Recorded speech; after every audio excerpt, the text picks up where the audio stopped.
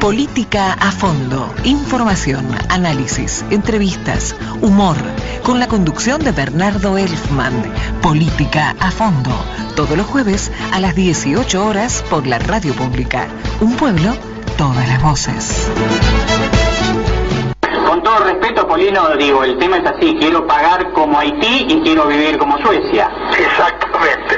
Muy buena la comparación. Política a fondo, información, análisis, entrevistas, humor, con la conducción de Bernardo Elfman. Política a fondo, todos los jueves a las 18 horas por la radio pública.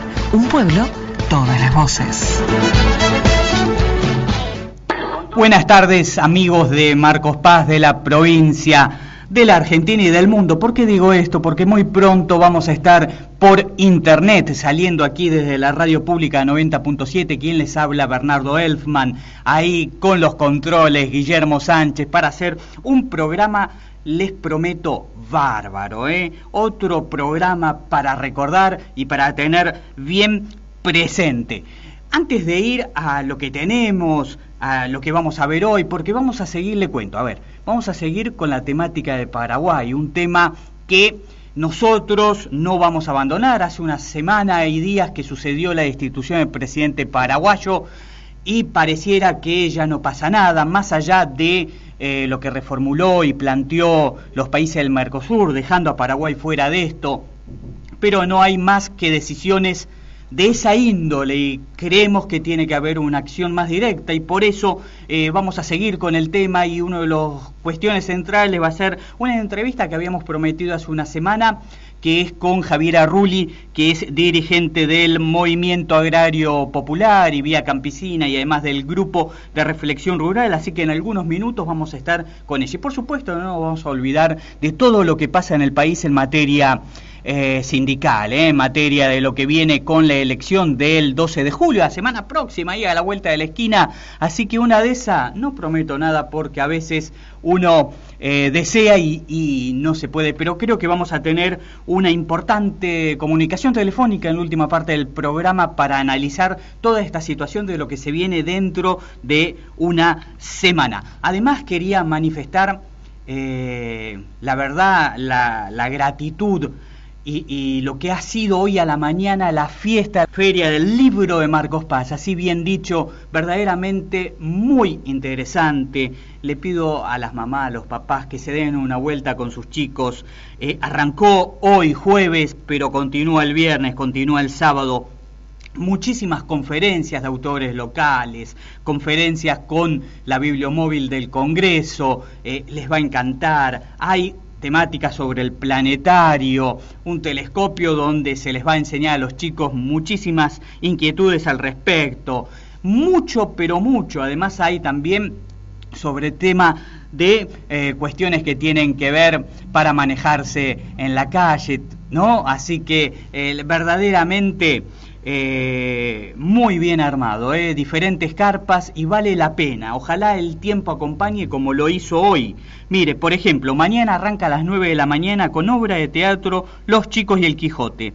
9:30, función del planetario. 10 horas, charla caminando entre cliptodontes y tigres dientes de sable. Espectacular, a cargo del programa de extensión de la Universidad de La Plata para niños entre 9 y 12 años. Esto en la carpa 4. Y a las 10 de la mañana, presentación del libro de Walter Santillán sobre historias y costumbres de su pueblo.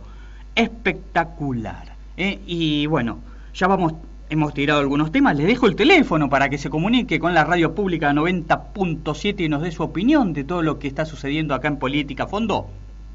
477-4371, o si no, también se puede comunicar a mi celular mandando un mensaje de texto, ya se lo digo, al 011 15 678 30932. Así estamos comunicados con todos los temas que hay, tema Paraguay, tema elección del 12 de julio. Vamos a pasar algunos audios y me gustaría, bueno, en más, hasta usted que peina alguna cana, vamos a ver si tenemos la posibilidad de algún audio que tiene que ver con la biografía de Augusto Bandor, con la voz de Lorenzo Miguel, y que nos diga, a ver, ¿qué opinan la UON de aquellos años y la UON de ahora, porque Caló es uno de los hoy gremialistas que tiene, parece, el visto bueno del gobierno para ser posiblemente el que pelee a Hugo Moyano la CGT a partir del 12 de julio. Bueno, veremos.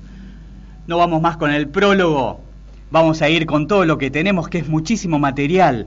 Primero, para que se entienda, y siguiendo con Paraguay, es un audio que habla desde dónde empieza el conflicto de la tierra en Paraguay. 2 minutos, preste mucha atención, ahí va. Bueno, el conflicto y episodios de violencia entre paraguayos sin tierra y productores brasileños es de vieja data. Abarca desde la tenencia de tierras públicas en el año 1883 hasta su distribución clientelista de los años 60. Repasemos los antecedentes históricos de este conflicto que sigue cobrando vidas.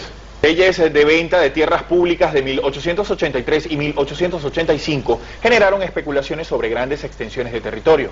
En 1963, el dictador Alfredo Stroessner, él promulga 2 leyes que marcan el conflicto de la tenencia: la ley 852, que crea el Instituto de Bienestar Rural, IBR, y la normativa que establece el estatuto agrario. Y a partir de 1950 hasta el año 2000 se repartieron alrededor de 12 millones de hectáreas de tierra, aproximadamente 1/3 del territorio de Paraguay.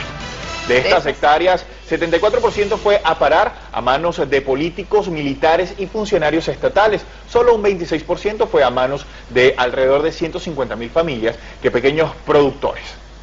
Bueno, el último censo agropecuario de 2008 muestra que solo el 2% de los propietarios concentran el 85,5% de las tierras, a la vez que 300.000 familias campesinas no poseen un solo metro cuadrado de tierra para cultivar. De esta proporción, el 80% de las tierras aptas para la agricultura está en manos del 1% de los propietarios y solo el 6% está en manos de pequeños agricultores, alrededor de 200.000 familias en todo el país.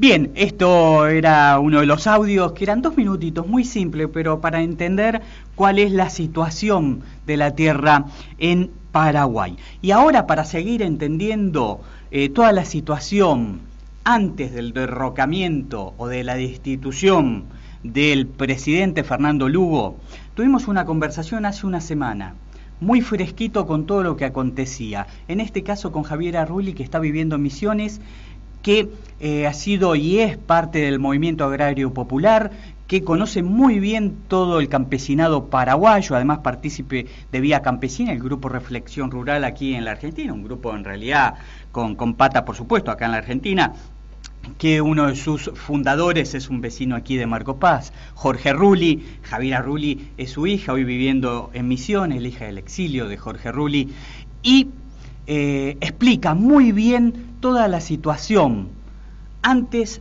y después de la destitución, pero además algo fundamental, de lo cual le preguntamos, la masacre de Curahuatí. Escuche muy atentamente, son 20 y pico de minutos, pero vale la pena escucharlo. Ahí va. Habla Bernardo.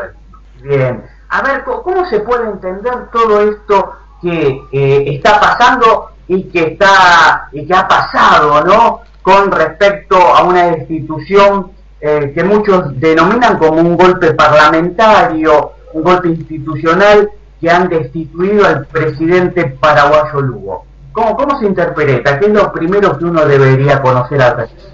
Bueno, realmente han pasado muchos hechos en poco tiempo, y para nosotros que empezamos a seguir con mucho más cercanía la situación de Paraguay cuando se dio la masacre de Curahuatí, ¿no? Y ya en el momento los sucesos que empezaron a ocurrir desde esa masacre, empezamos ya a hablar de golpe de Estado.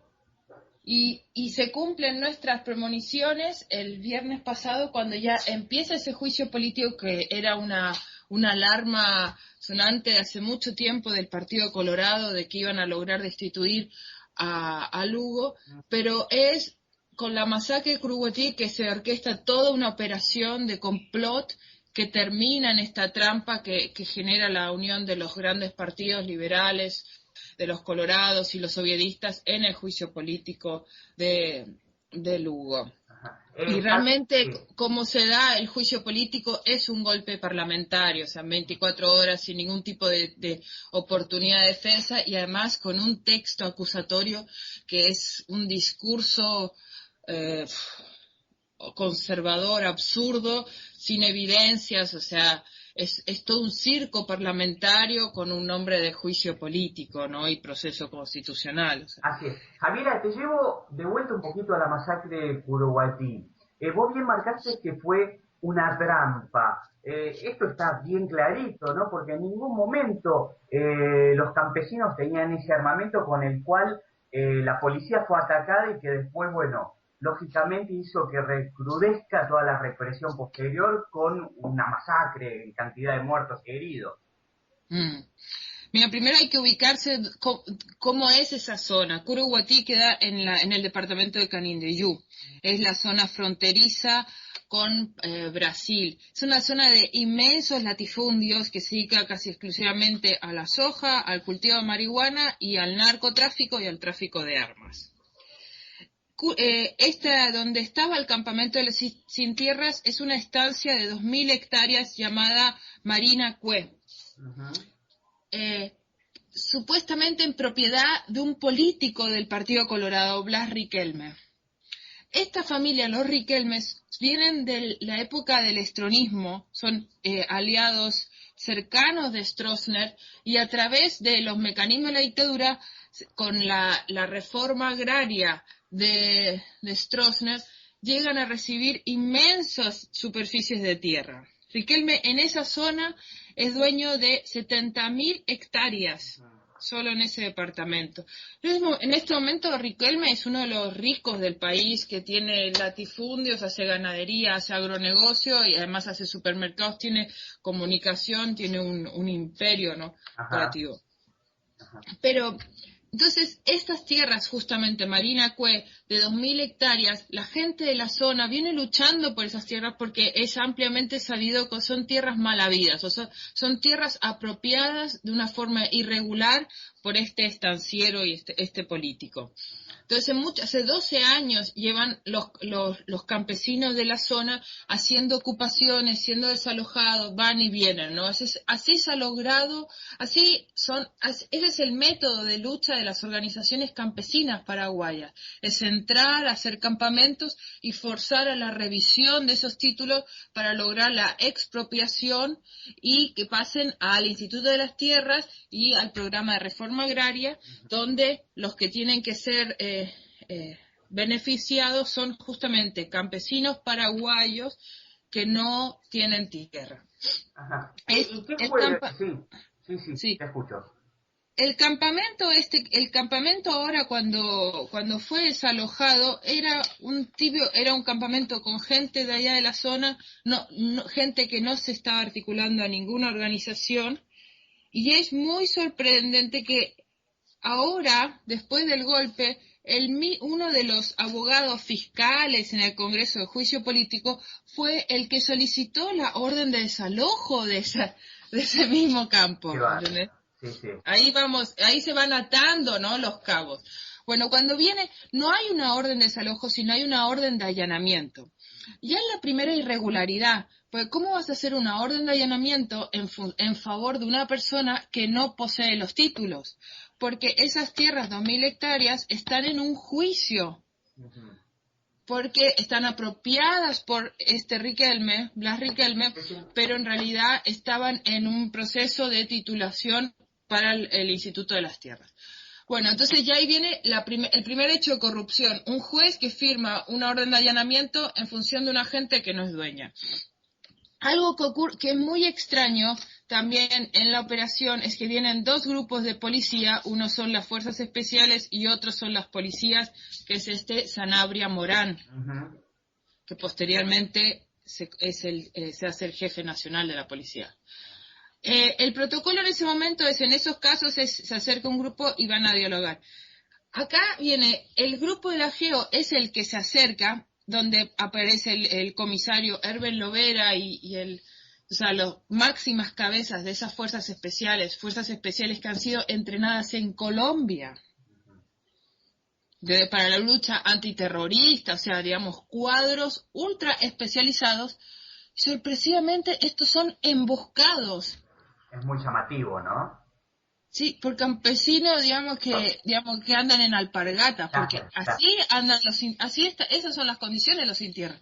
Imagínate, un comisario entrenado por Estados Unidos, por el Plan Colombia, así, en la lucha antiterrorista, es emboscado con armas de grueso calibre, o sea, M16, y la policía que está atrás queda ahí. O sea, es como que hay acá un complot dentro de las fuerzas policiales.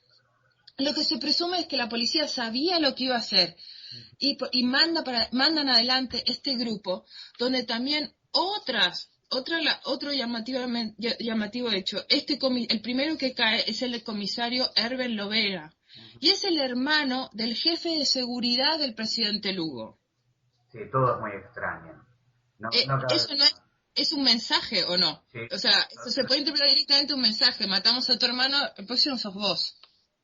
Totalmente. Te hago una consulta. ¿Y cómo juega el grupo Sucolilo del diario ABC Color? Ahí estamos. Claro, Sucolillo está asociado al agronegocio, asociado a Cargill, y ha sido uno de los máximos instigadores durante todo este proceso de desestabilizar, de hacer el juicio político a Lugo y de criminalizar a los movimientos sociales, sobre todo al movimiento campesino, como invasores y enemigos del desarrollo, y cuestionar toda la legitimidad de su lucha. Esa es una de las principales armas que ha tenido el Partido Colorado, este diario. Pero volvamos para aclarar la masacre de Curuguatú.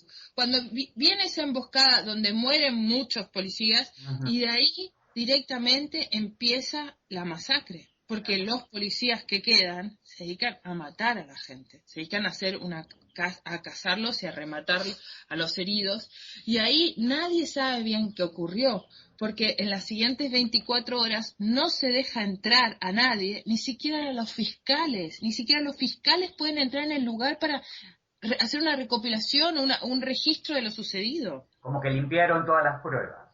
Claro, se quema el campamento, y los fiscales no entran, no ven nada, solamente la policía sabe cómo murió los 11 personas, y qué es lo que pasa. La gente alrededor, los familiares no los dejan entrar, familiares que se van acercando, heridos que se van acercando a los centros de atención de salud, a las comisarías a preguntar por qué ha pasado, quién ha sobrevivido, son detenidos.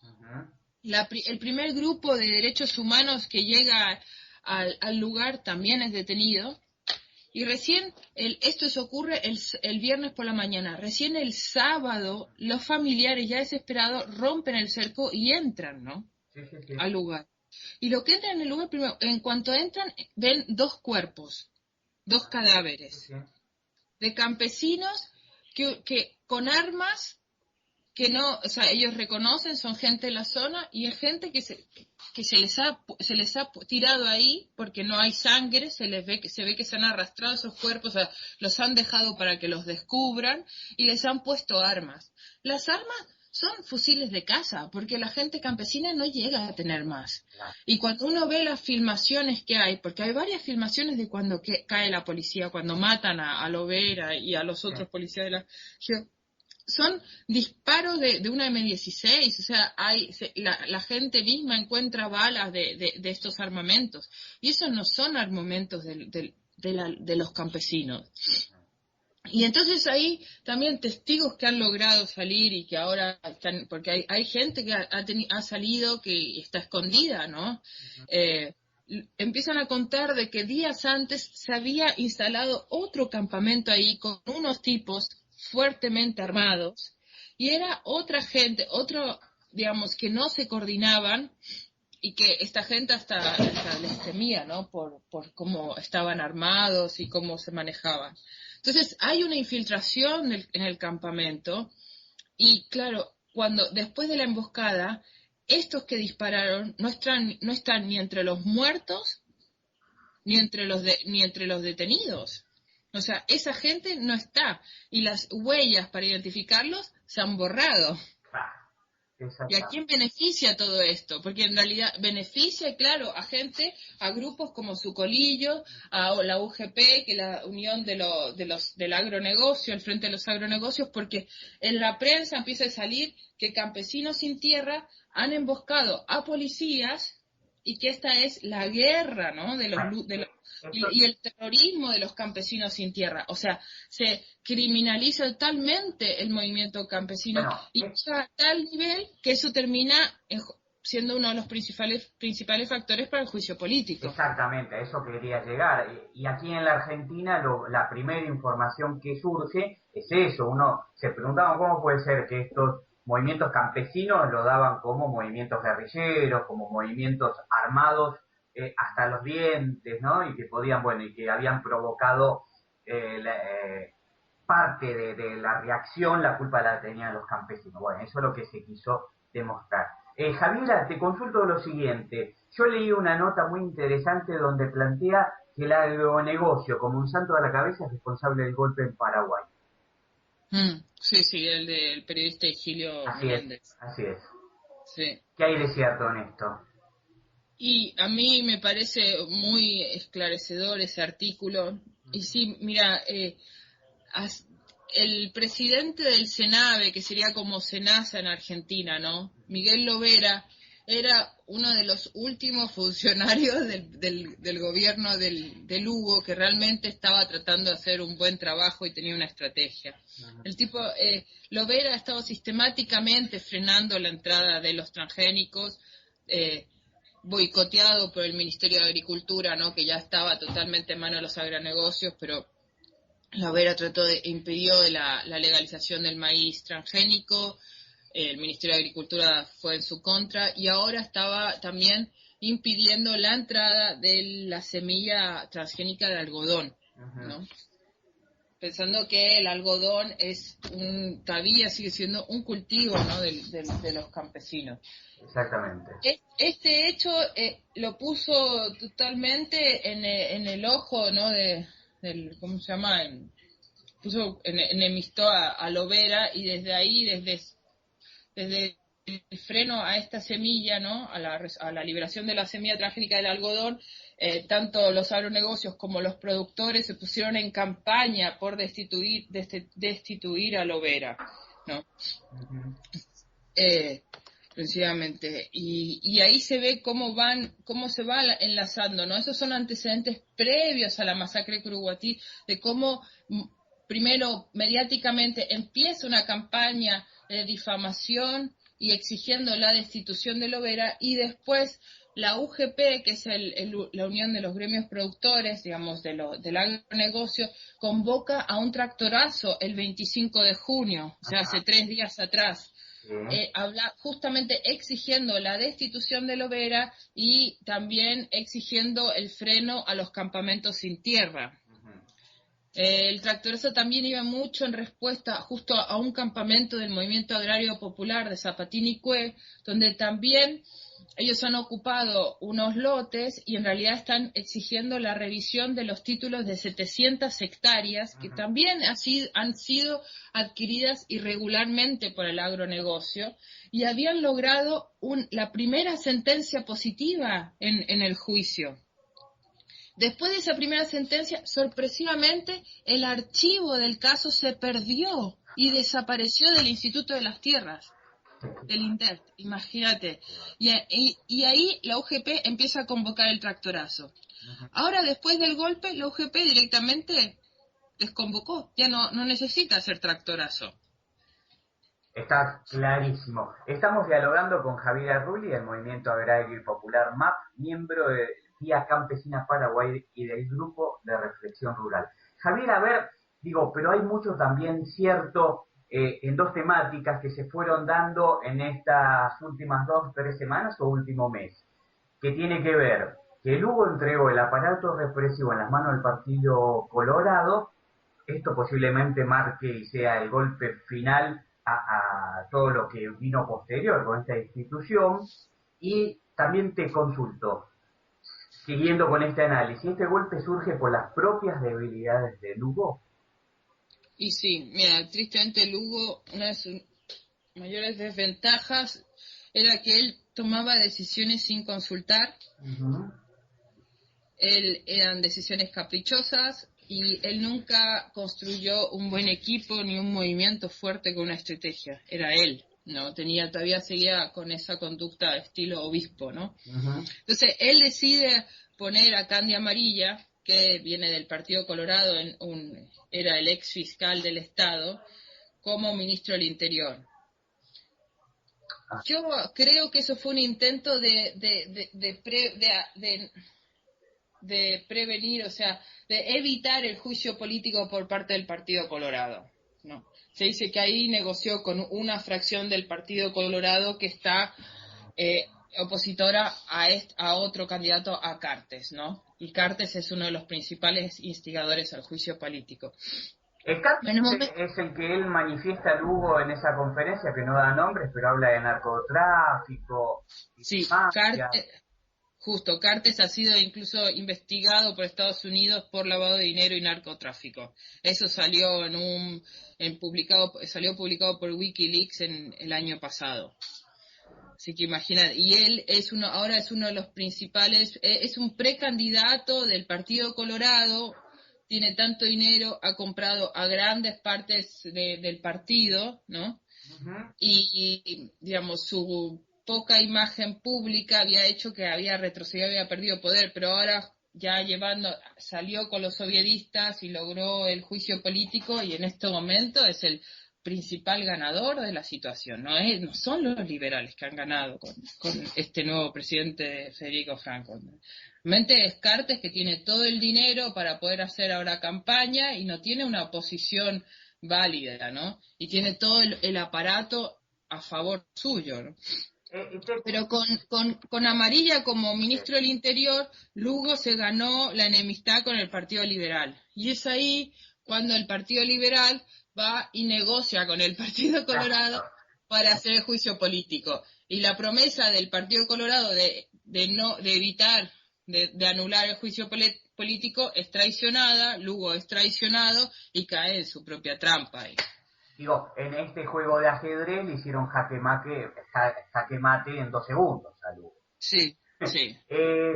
A ver, ¿cómo está hoy la situación en derechos humanos? ¿Te pudiste comunicar, Javiera? Le decimos a los oyentes de la radio pública y de Política a Fondo, Javiera Rulli vive en Misiones, en El Dorado, que estuvo participando hace algunos años con estas organizaciones campesinas, por eso conoce muy bien todo el mapa de Paraguay. ¿Te pudiste comunicar con alguien para ver cómo está la situación hoy en derechos humanos, especialmente? Y estamos siguiendo cómo se ha desarrollado. Ayer estuvimos leyendo y han llegado a haber aproximadamente 30 cortes de ruta. O sea, en todo el país. O sea, se está convocando a movilizaciones descentralizadas. Yo creo que el país está bastante paralizado, ¿no? La presión internacional, creo que los políticos paraguayos, o sea, Franco y todo su equipo no preveían lo que significaba toda la presión internacional, y ahora están tratando de zafar de esto, viendo qué negocian, qué proponen, ¿no?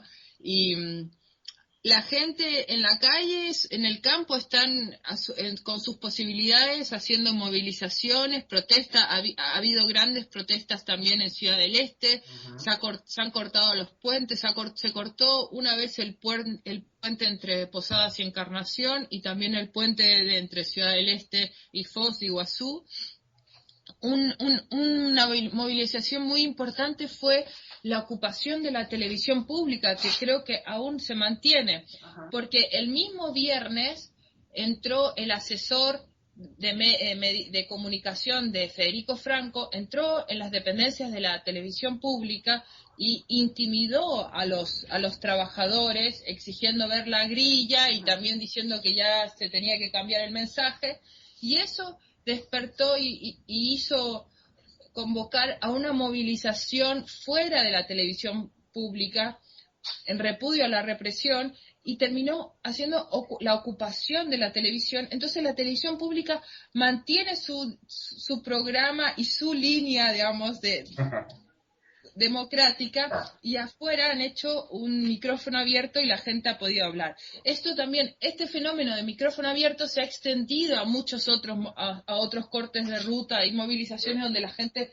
que pueda expresar, ¿no?, sus sentimientos, sus opiniones. Javiera, te consulto por último, ¿crees que ese fenómeno que hoy es Paraguay con esta destitución de Lugo pueda ser llevado a otros países en Latinoamérica y sobre todo aquellos especialmente que donde Monsanto y el agronegocio hoy tienen un poder muy fuerte?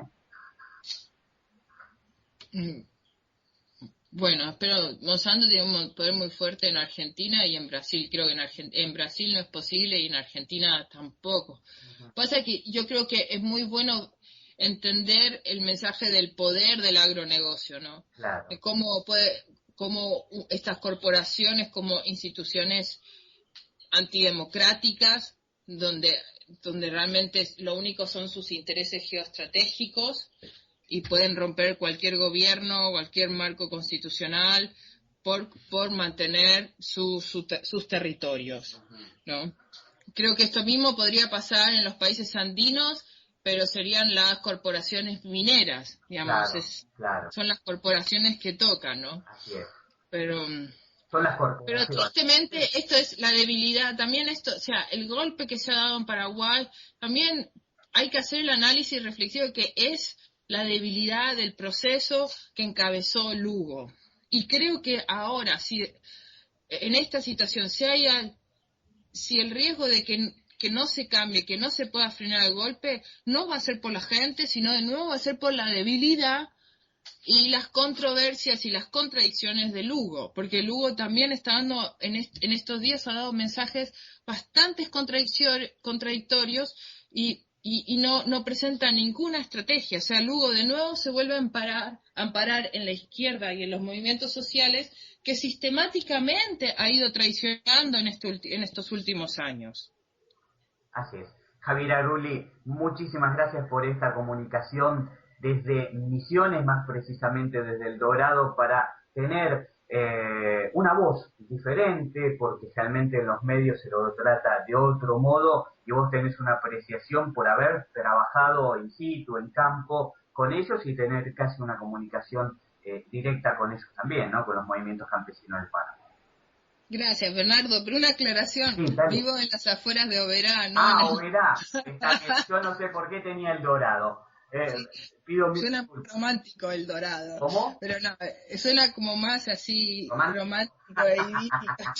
El Dorado, pero no, eso verano. Bueno, muchísimas gracias por la aclaración, Javiera. Saludos a la familia, saludos a Reto, que es otro luchador y miembro también, por supuesto, de la Vía Campesina. Bueno, muchas gracias. Saludos a toda la audiencia en Marcos Paz. Política a fondo. Que nos dejemos de andar de cumbres en cumbres y que nos vayamos. Política a fondo. Que nos dejemos de andar de cumbres en cumbres y que nos vayamos directo a luchar contra el alfabetismo, carajo. Luchar contra el alfabetismo, carajo. Que lo podemos derrotar en pocos años. Política a fondo. Espacio publicitario. Autoservicio Michiche 2, en San Martín 171. Comestibles, vinos, verdulería, artículos de limpieza y perfumería, precio y calidad. Usted ya nos conoce y seguro que a un amigo nos va a recomendar. Por nuestra atención y mucho más, vení a conocernos. De lunes a lunes, los domingos también por la tarde. Pedidos a domicilio sin cargo al 477-0085. Todas las tarjetas. Autoservicio Michiche 2, en San Martín 171, Marcos Paz. Tierra Mansa te invita a ser protagonista de tu embarazo y de tu parto. Trabajamos por un parto respetado en Marcos Paz, brindándote información sobre tus derechos. Ley Nacional 25.929, sancionada y promulgada en septiembre del 2004. Te podés comunicar con nosotros al 477-6613. Nos en Facebook, Parto Respetado Marcos Paz. En nuestro país nacen 700.000 bebés al año. Uno de esos bebés puede ser tu hijo. ¿Cómo querés que nazca? ¿Lo pensaste? Ley 25.929. La decisión es tuya. ¿Querés mejorar tu salud, tu estética, tu vida? No lo dudes. Esmeralda Relax Center, único en Marcos Paz. Cama de masajes con piedras y rodillo de jade. ¿Tenés estrés, retención de líquidos, toxinas, insomnio, triglicéridos, problemas de columna? Olvídate. Después de Esmeralda Relax Center, todo queda en el pasado. Tratamientos corporales con aparatología de última generación. Electrodos, radiofrecuencia y botas linfáticas y abdomen. Estamos en Avellaneda 1541. De lunes a viernes, doble turno. Y sábados por la mañana. Arma tu promoción. Descuentos para pensionados y jubilados. Solicita turnos al 01115 5982 8998. Esmeralda Relax Center. En Avellaneda 1541. Único en Marcos Paz. Continuamos en Política a Fondo, entramos en los últimos 20 y pico de minutos y le cuento, ahora vamos a ir con un audio que tiene que ver con la biografía de uno de los líderes sindicales que enfrentó a Perón, me estoy refiriendo a Augusto Bandor. Fue líder del gremio más poderoso en la Argentina de la década del 60, la UON, apodado El Lobo. Augusto Bandor fue temido por sus enemigos, respetado por sus amigos. Fue asesinado en su sede gremial el 30 de junio de 1969 en el marco de lo que se denominó Operativo Judas. Un grupo de personas lo asesinó de 5 disparos en la sede de la UOM en La Rioja al 1900, dejando en su escape una bomba de trotil que al explotar destruyó parte del edificio.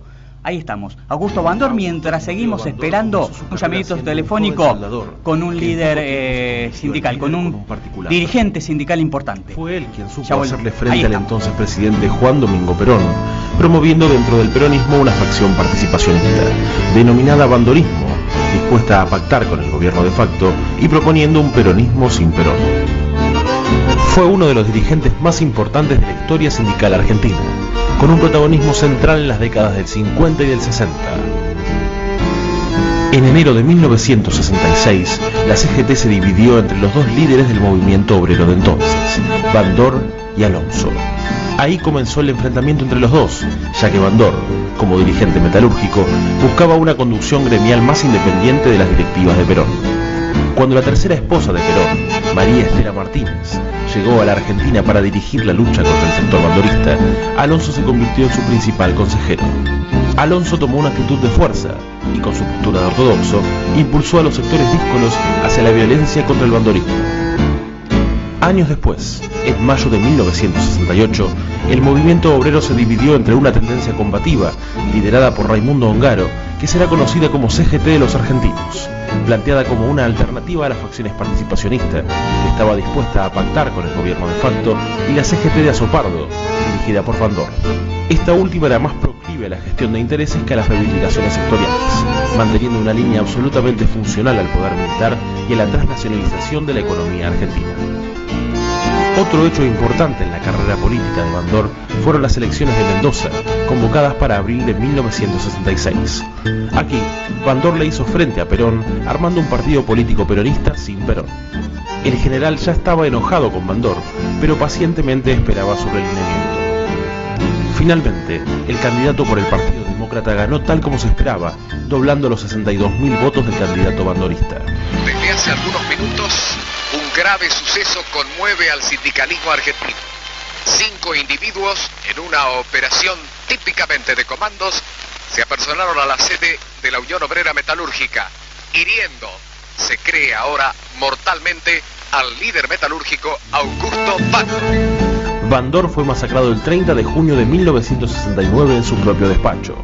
Eran tiempos turbulentos, donde nunca se sabía a ciencia cierta de dónde provenían las balas. La foto del velatorio de Bandor ocupó la tapa de primera plana. El título era sugestivo: La hora del miedo. Política a fondo. Transformación del sistema educativo que ya está en marcha.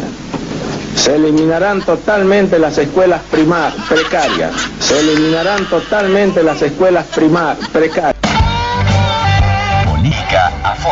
este momento yo calculo que debe haber unas 30 o 40 revoluciones en marcha. Fíjese, yo esta mañana he recibido millones de invitaciones. Fíjese esto, dice: los revolucionarios del oeste saludan a usted y familia y lo invitan a concurrir a la revolución que se realizará el próximo sábado a las 18 horas.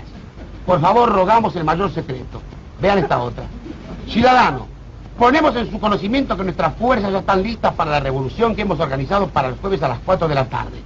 Rogamos a usted sea puntual, no sea que nuestro movimiento fracase por falta de número. Miren esta otra. Señor Tato Bores, confidencial.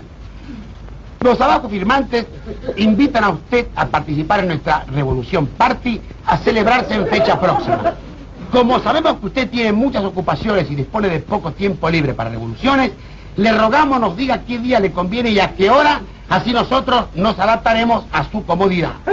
Los saludan atentamente, siguen 50 firmas. Acá tengo una muy interesante. Comunicamos a usted que el miércoles por la mañana saldrá de Plaza Italia un pelotón revolucionario que avanzará por la avenida Santa Fe hasta Florida, por Florida hasta Avenida de Mayo y por la avenida hasta la Casa de Gobierno. El viaje se hará en bañadera. Solicite su boleto gratis en la sede central del Comando Revolucionario. Postdata: si llueve, no. Política a fondo. ¿Cómo vamos a dar el tratamiento a la deuda externa? ¿Qué tiene prioridad, la gente o la deuda externa? La deuda, perdón, la gente. Política a fondo. Nos seguimos preguntando cuántas veces el rock se comprometió con las causas más nobles y justas de la humanidad.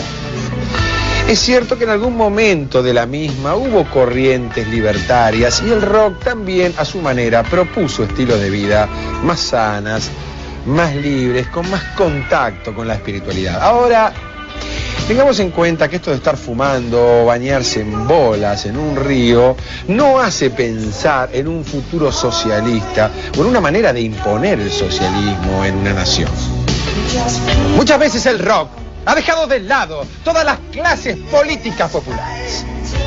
Y hubo un artista que sufrió el aislamiento por ese prejuicio. Continuamos en Política a Fondo y ahora sí vamos a tener una comunicación telefónica, habíamos prometido. En este caso es con Marcelo Aparicio, secretario gremial del Sindicato de Camioneros. ¿Cuánto hay para hablar, no? Tenemos la cuestión de la elección de la semana que viene, estamos hablando 12 de julio, elección de la CGT. ¿Qué pasa? ¿Hay pedido de impugnación? ¿Esto le va a hacer mella a Hugo Moyano? ¿Hay presiones oficiales contra el sindicato de camioneros y especialmente contra Moyano? ¿Nos escucha Marcelo Aparicio? Sí, ¿qué tal? Buenas tardes. Bien, buenas tardes. Muchísimas gracias por atender esta comunicación de la Radio Pública de Marcos Paz. Lo saluda Bernardo Elfman. Bueno. Dejamos ahí en el prólogo medio abierto y lo consulto a usted. ¿Cómo viene la elección de la semana próxima, donde Hugo Moyano busca la reelección en la CGT? Bueno, continúa todo con su normalidad. Se ha hecho en su momento ante el Consejo Directivo el pedido de la fecha del tema de las elecciones cuando estaban dispuestas para la Confederación General del Trabajo, y se sigue adelante con todo lo que ya se había acordado con todas las organizaciones gremiales cuando se había puesto la fecha, que todos ellos mismos la participaron y la firmaron de la misma, ¿no? Marcelo Aparicio, a ver, ¿hay presiones oficiales? Yo tengo, a ver, una información, la quiero corroborar con usted. ¿Qué hay de cierto que le están sacando a OCA de una temática que tenía que ver seguramente con alguna situación y desarrollo que involucra a camioneros? ¿Hay algo de eso? Sí, mucho de eso. A ver. De lo que usted manifiesta, siempre están buscando por a través del prejuicio del correo argentino que debe perjudicar a los trabajadores a quien representamos, no solamente en esa actividad, sino en muchas actividades más, como en el caso que la presidenta ha hecho una reunión con la gente de los intendentes por el tema de la recolección de residuos, con el tema estatal, con mucha parte de lo que es logística, el traba de las importaciones, que esto es lo que genera un malestar mayor en los trabajadores, porque si acá se quiere perjudicar una organización, al que está perjudicando realmente es a los trabajadores. ¿Hubo una reunión de la presidenta Cristina Fernández de Kirchner con Lescano en estos días? ¿Es así? Mire, no, si es así es cierto, lo único que uno escucha por a través de los medios. No lo sabemos, ni tampoco me preocupa, ni me interesa tanto si la hay. Si la hay por temas puntuales para solucionar problemas de los trabajadores, bienvenido sea. pero realmente no tenemos conocimiento de esto, nada más que por lo que dicen de los medios. Ajá. Usted dice que viene todo bien, pero hoy en los medios por lo menos había, a ver, desde el pedido de impugnación que hacen los denominados sector gordos o independientes, capaz a presionar con eso y buscar un diálogo. ¿Qué hay de cierto en todo este paquete? No, quieren seguir destruyendo como destruyeron siempre el movimiento obrero. Los gordos nunca participaron, sabemos bien quiénes son estos personajes de la década del 90 que entregaron todos los derechos de los trabajadores, principalmente el Escano, que entregó cuando se privatizó todo lo que es el ferrocarril, toda la gente que quedó en la calle, y nunca lo vi salir a reclamar nada, como Cavalieri y como otros dirigentes que son denominados los gordos, que nunca participaron en el entorno de la CGT de que está Hugo Moyano. Siempre estuvieron afuera, así que no es una anomalía, si sabemos que están haciendo arlequines del modelo, de que bueno, los mandan a hacer algo que ellos no sale por voluntad propia. Desde lo que es el gobierno nacional, aquí estuvo en Marcos Paz varias veces el vicegobernador de la provincia, Mariotto, y lo hemos consultado sobre la temática de la elección de la CGT, y ellos plantearon, no, acá no nos metemos, pero parecería que la cosa es diferente, ¿no? Y Mariotto no puede decir eso, no nos metemos, le vive haciendo la vida imposible al gobernador, al vez de acompañarlo, porque está para acompañarlo, no para cuestionarlo constantemente.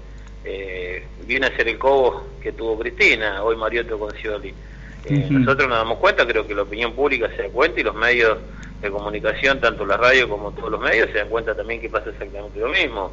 Una chicana constante, con quien por ahí se sienten a hablar con Hugo Moyano, porque dialogaron, no porque hay un acuerdo político ni nada, todas estas especulaciones que se están haciendo, es un disparate. Nosotros lo que estamos haciendo es un reclamo. Si reclamar es enfrentar al gobierno y que estamos haciendo cuestiones políticas, y no que lo tomen así, nosotros sabemos que esto lo que estamos es manifestando la necesidad que tienen los trabajadores, la señora presidenta, que se dé cuenta de la situación que estamos pasando, ¿no? A ver, lo consulto siguiente y le digo a la gente que nos está escuchando a 90.7 que estamos dialogando con Marcelo Aparicio, secretario gremial del Sindicato de Camioneros. Usted planteó la situación de Mariotto con el gobernador de la provincia de Buenos Aires, Daniel Scioli, y hay una situación muy fuerte, ¿no? Mucha movilización gremial por esta cuestión del desdoblamiento de aguinaldo en la provincia. ¿Cuál es su opinión? Y creo que esto lo tiene que llevar a un punto de reflexión a la presidenta, darse cuenta que los trabajadores están padeciendo, del 54% que ella en su momento la votaron, que la acompañaban porque las cosas estaban bien, hoy las cosas no están bien y no se está viendo la realidad de la Argentina. Creo que tiene una emperrada pelea con camioneros y con Hugo en particular, porque no es con camioneros, sino creo que contra Hugo Moyano en particular, y creo que esas cosas las tenemos que saber dejar de lado. Lo que Hugo está haciendo es seguir reclamando lo que le está perjudicando a los trabajadores y diciendo a la presidenta qué es lo que necesitan los trabajadores. Nosotros no estamos en campaña política, nosotros estamos diciendo una realidad que lo dijimos en Huracán, y parece que Hugo, cuando dijo que había que tocar el mínimo no imponible, ajustar el mínimo vital y móvil de los jubilados y recuperar parte de las asignaciones familiares a quien cobra salarios bajos, parecimos que fuimos un golpe de Estado, fuimos extremistas por decir eso. Me parece que hay un contexto mediático que lo transformó en político, pero lo que nosotros hicimos, lo que hicimos durante todas las presidencias que estuvieron, desde que Hugo está al frente de nuestro gremio, que siempre fue reclamar algo más justo para los trabajadores, simplemente eso. Aparicio, ¿por qué cree usted que no se resuelve esta temática que no parecería tan complicada? Digo, el mínimo imponible, la asignación familiar. ¿Usted cree que simplemente ya todos los trabajadores tienen que estar pagando el maldito IVA, que se pagan un montón de cosas? No, por supuesto. Modificar el mínimo no imponible es algo que no se puede hacer. Es una voluntad política y no la tienen justamente la CGT ni la tienen los trabajadores. Los instrumentos, quien tiene que garantizar la estabilidad de la economía del país es la señora presidenta, conjuntamente con su gabinete, como para poder solucionar esta problemática que hoy están sufriendo los trabajadores. Digo, justamente usted me da pie para que consulte sobre el tema del IVA, que es uno de los instrumentos impositivos más regresivos, ¿no? Porque lo paga alguien que, bueno, capaz cobra mucho dinero, en gerente de una empresa, como el trabajador de menos remuneración.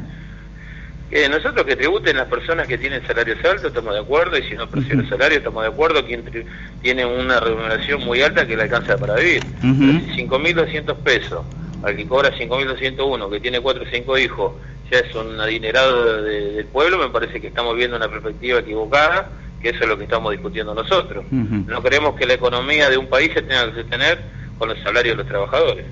Así es. ¿Hay estadísticas o ustedes tienen de cuánto hoy un trabajador debería cobrar para vivir dignamente? No, porque en este país también las cosas son muy variables, la canasta familiar, usted sabe que los precios varían todos los días, un día el tomate está a 3 pesos, el otro mes está a 30 pesos, un paquete de yerba está a 5 pesos, el otro mes está a 35, 40 pesos. Claro, hay que comprar yerba y no dólares. Sí, la verdad que como el hecho más importante para tocar, que tendría que hacerlo el gobierno nacional, y lo que nosotros estamos diciéndole a la presidenta lo que necesitan los trabajadores. Y de ahí nos tomaron como enemigos públicos por decir lo que necesitan los trabajadores, pero bueno, si nos van a tomar así por decirlo, lo vamos a seguir diciendo siempre porque esta organización siempre lo ha hecho, ¿no? En realidad yo debería preguntárselo a la presidenta. Lo que pasa que, bueno, no habitúa a hacer conferencias de prensa y menos para lo que son los medios distritales, ¿no? Sí. Pero uno se pregunta, digo, en un gobierno de esta naturaleza, ¿por qué no se pueden llevar adelante, ellos plantean, ¿no? Sobre todo, bueno, los que hoy participan del gobierno de la presidenta, que es un gobierno nacional, popular, y llevar adelante estas políticas y emperrarse tanto contra cosas que son muy claras, ¿no? Que en definitiva son en beneficio del trabajador.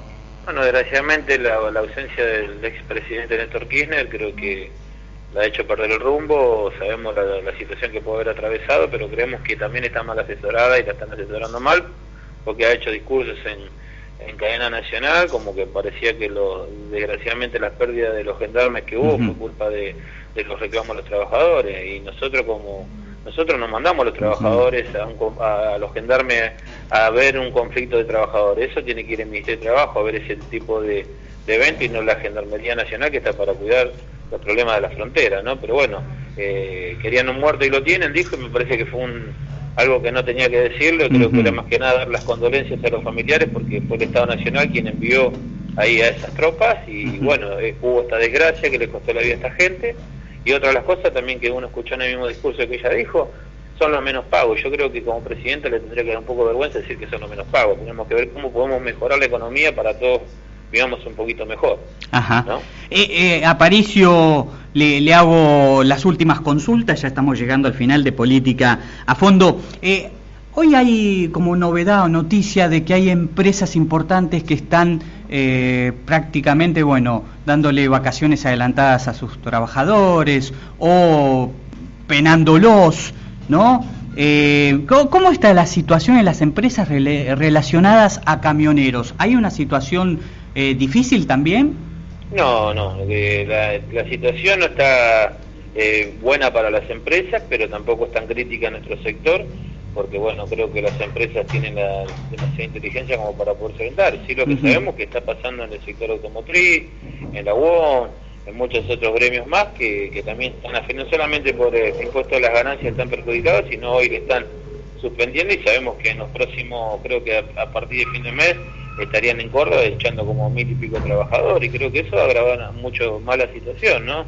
Sí, yo cuando decía... tenga que llegar a esa situación. Claro, yo cuando decía penando, en realidad era suspendiendo, ¿no? A trabajadores que en definitiva son padres de familia. Y le están pagando el 75% del sueldo, pero sabemos que dentro del próximo mes lo que estamos escuchando por versiones mismos de los trabajadores que le temen también a su organización, porque reclamar a las organizaciones tiene un problema mayor, porque ahí sí quedan desafectados, y porque no están escuchando los reclamos a los trabajadores. Eso es lo que es por ahí indistinto con esta organización, ¿no?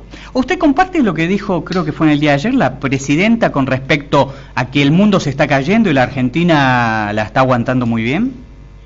La Argentina es un país que no necesita tampoco solamente las problemáticas del mundo interior. Yo creo que tenemos todo para poder hacer, somos productores en todas las formas habidas por haber. Es un país muy rico en todos sus recursos naturales. Podemos cultivar, podemos cosechar, podemos hacer muchísimas cosas que no dependemos tanto. Sí, dependen muchos países de nosotros porque necesitan muchas cosas que nosotros en la Argentina podemos producir, y lo que está limitando también a que el país no crezca es el tema del cierre de las exportaciones.